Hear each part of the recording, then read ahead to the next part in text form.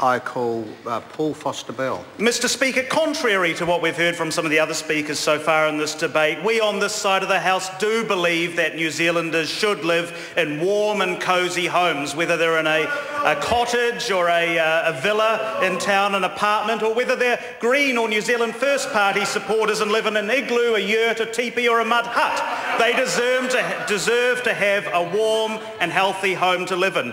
And this member starts from a reasonably sensible position. I will concede that. Unfortunately, the bill soon degenerates into an absolute mess and will achieve, in some cases, quite the opposite, I think, of what that member sets out to achieve. Sir, this is typical of a smug and know-it-all and Stalinist heavy-handed approach by insisting that landlords meet standards that are actually beyond their control. So it's one thing to require a level of insulation. It's quite another to determine what the interior temperature of a home must be, given a number of things that tenants themselves do, from opening the window to switching a heater on, will regulate that temperature. So I think that's an example of the confused and muddled drafting that Mr Twyford has unfortunately fallen victim to here in this bill.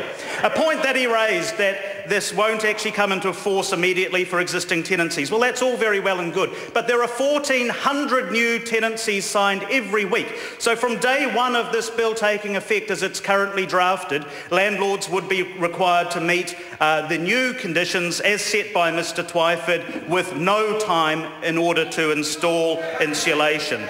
As the bill is currently drafted, there's also a huge degree of unintended consequences that we just don't know about. And we've heard from some of the parties opposite comments about notes being drafted by our research unit. Well, unlike the opposition, as a government, we also have the advantage of having officials, hard-working public servants here in Wellington at ministries such as the Ministry of Building and Innovation and Employment, MBIE, who do give good advice, far better considered advice than clearly opposition parties have access to. And if significant upgrades are required, there is only one logical consequence that will flow from that, and that is rent increases, often for the most vulnerable in society. So this bill, coming with good intentions as it does, still manages to achieve quite the opposite, I think, of Mr Twyford's original intentions. This government is focused on providing good quality housing for New Zealanders. An example of this is the Tamaki Redevelopment Company in Auckland,